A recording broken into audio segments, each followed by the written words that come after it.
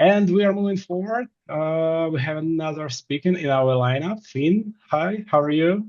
Hey, how's it going? Cool, cool. We are waiting for you, and you are here right now. So, microphone is yours. The stage is yours. So, if you are ready, just go ahead. Yeah, absolutely. Yeah, I actually really appreciated what Mary was saying as well because it actually ties in really well to kind of the art of social selling, which I know she also presented, and I agree with a good amount of her philosophy, and it's what I teach my clients as well.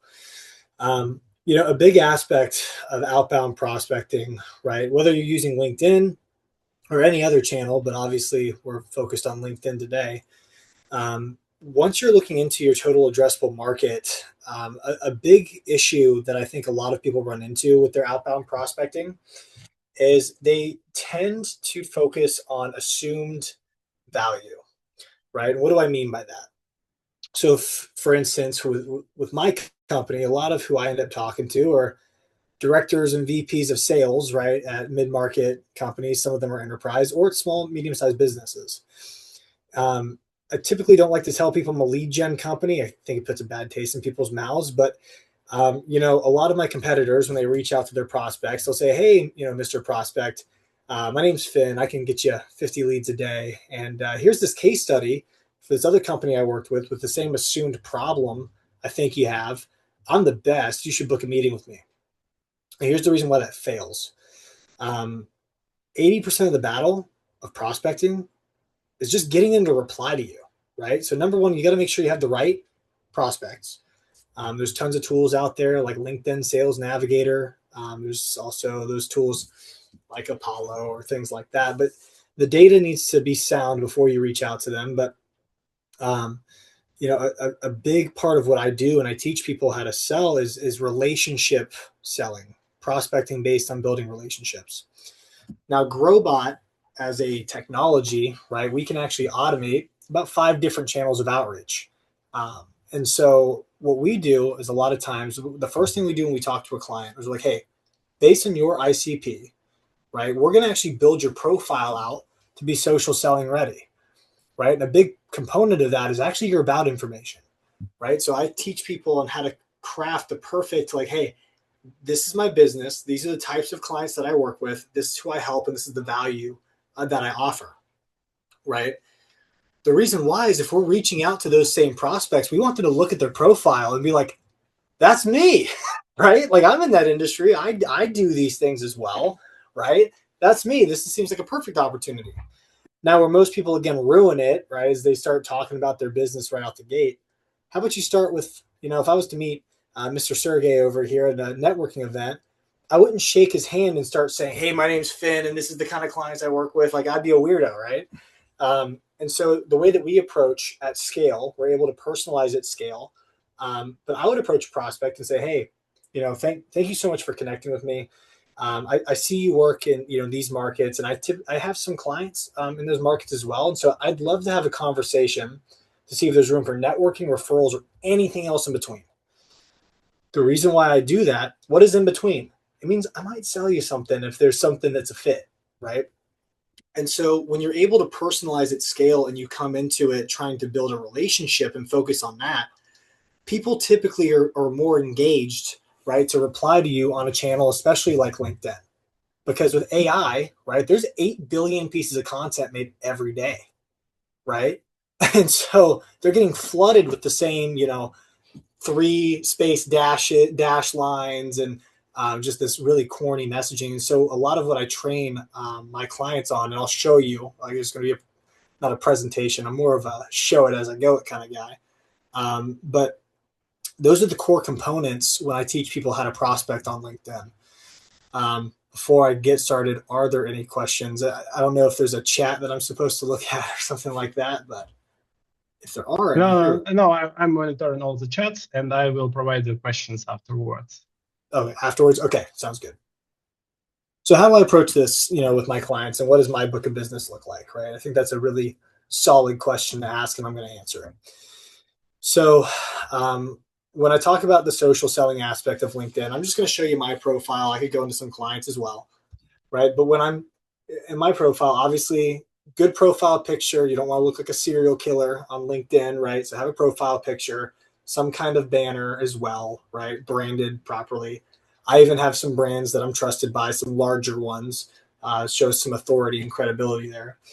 But you'll see, I hop on, I'm on like 8 to 9 calls a day. That's why I was unfortunately late to this one. But, I'm very much a personal relationship type seller. But if you look at my about information, I tell you exactly who I work with. I work with business owners, I work with sales leaders, and they come to me when their outbound prospecting is falling flat, their reps aren't booking meetings, and their lead gen budget is burning. Why do they call me? Why do they work with me? I'm not asking the question, do they work with me? Why do they come to me? And then I tell a story. I tell a story on how I actually developed and built my business. And you don't have to read all of this, but that's what I do. And then obviously I have some ways for them to consistently see some value props that I have. And then outside of reposting this wonderful event, I'm very active on LinkedIn. And cross like is great because people comment and like all my stuff, and it actually pushes more organic traffic as well from people outside of the system. So I've been really impressed by it. I met Alex, 4 5 months ago, something like that. Been a client ever since. It was a pretty easy call for me. I was like, okay, yeah, I'll buy this. Right. It was pretty easy for me to make my decision on that. So now going into grobot, right, and how we actually do what we do, right, is I will go into one of our campaigns. So in one of our and I have a couple of different campaigns that I'm running. Some of them are a lot more robust than one of the ones I'm going to show you because there's like 380 steps in it, a lot of behavior based triggers. But I'm just going to show you the copy, right? So when I'm reaching out to VPs of sales at insurance brokerages, I'm very creative with how I write my copy, and we write it for our clients as well. So I'm gonna break down. I have a master's in behavioral psychology, so I'll tell you exactly why I wrote it the way I wrote it.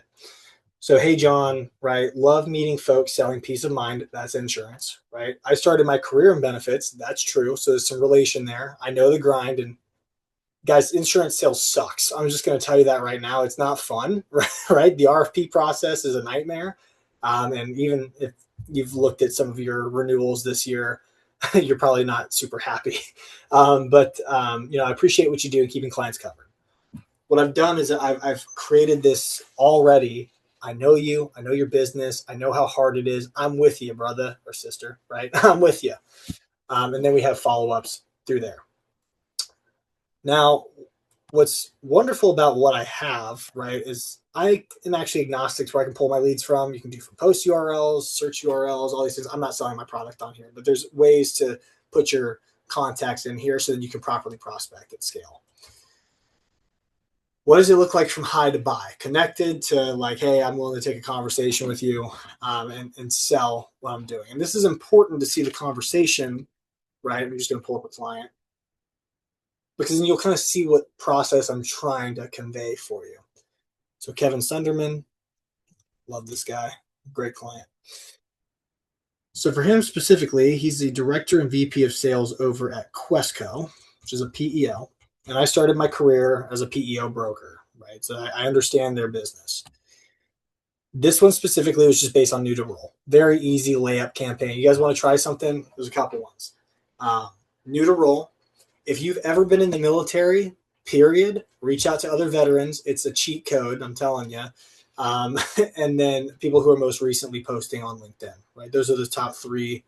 And then also industry specific. If there's any commonality that you can find, like the Boolean features inside of Sales Nav, did you know that there's 350,000 CEOs that like fishing?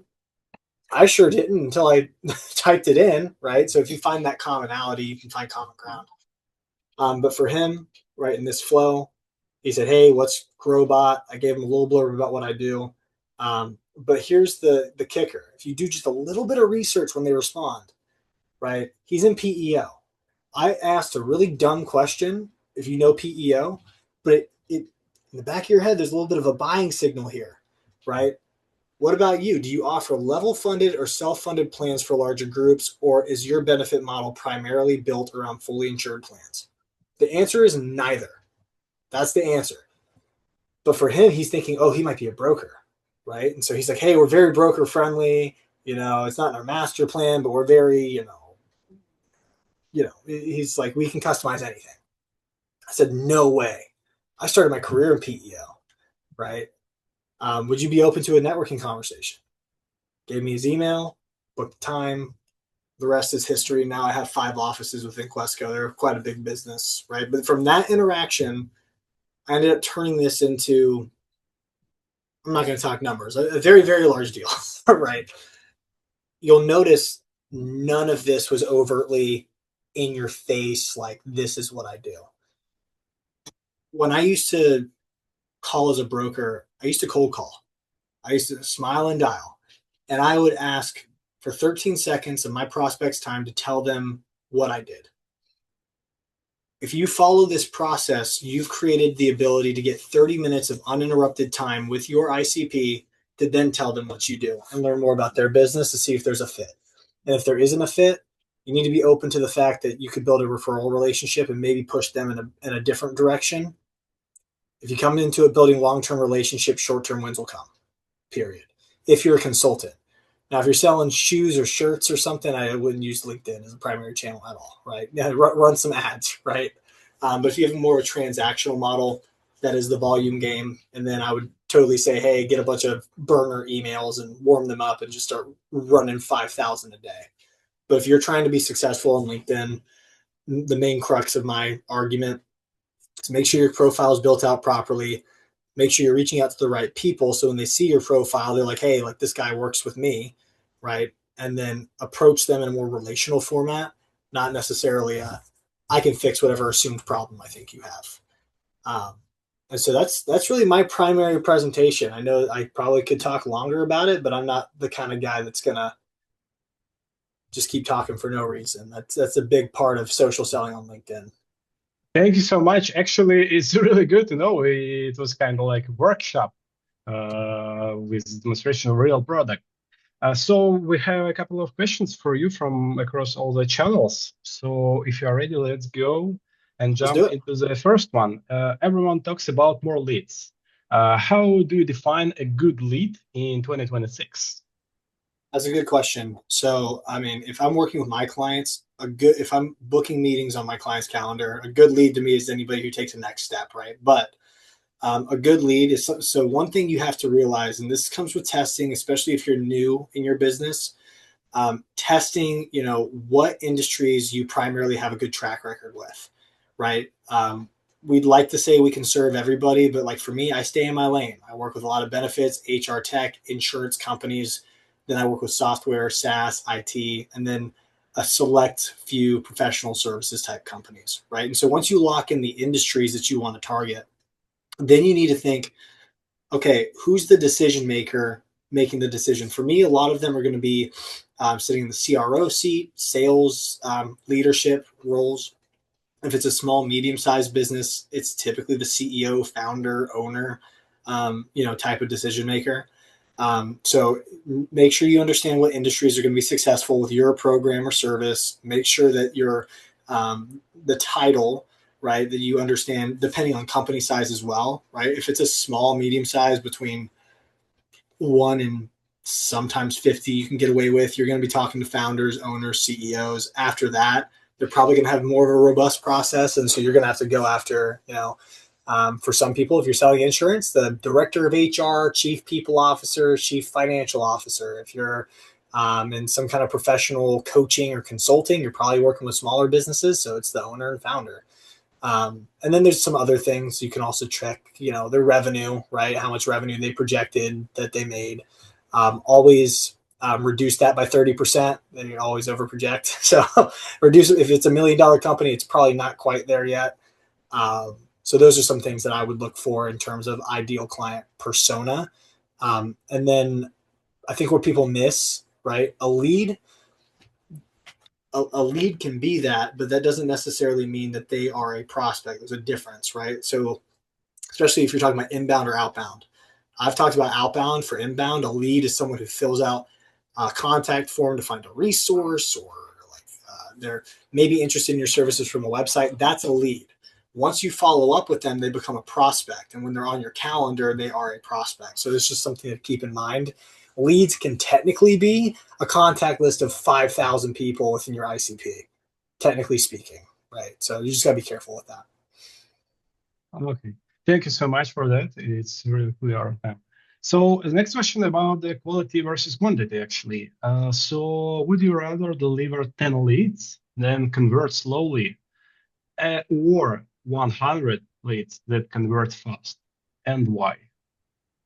So again, a lot of it depends on what kind of service you have. So if you are more of a, like, for instance, a SaaS type of business, Hmm. which you guys are, right? And I started out as SaaS before we started adding the service layer to what we do. A lot of times you're going to want quantity. You're right. If you're selling something that's like a technology and it's just like you need volume, you're going to want quantity. If you're more of a consulting in a consulting role type of business, or you offer consulting services, I would prefer the 10, right? Because if you're trying to build a relationship, it's very hard to build a relationship with 100 people versus 10. And when you go into building relationships with clients, again, it goes past just offering a good service. That's part of it. But then, there's people don't talk about upselling, right? But upselling is solving other problems as well. So I'd rather be, with 10, good clients, right? That I can consistently, help and nurture. And we're just developing further business for each other, referring business and things like that. For me personally, I'm all about quality. Um, and that's also not just with like leads. Sometimes you actually have to like the people you work with, right? And so it really just depends on where you're at on the spectrum, in my opinion. Okay, okay. Thank you so much for this clarification. So the next question is from LinkedIn Live, and it's about channels and tactics. Which lead gen channel is most overrated right now?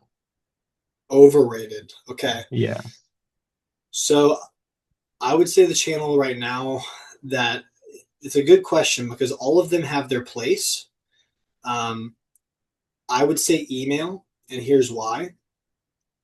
Now, email, you have to be more strategic now. So back in 3 or 4 years ago, right, you could send a high volume of emails and not worry too much about hurting your domain or your authority or hitting spam blockers. But the reality of the situation is Google and Microsoft, they want you to spend money on ads, right? And they've both said straight up, we want to kill cold email as much as we can, right? And so there are ways around it.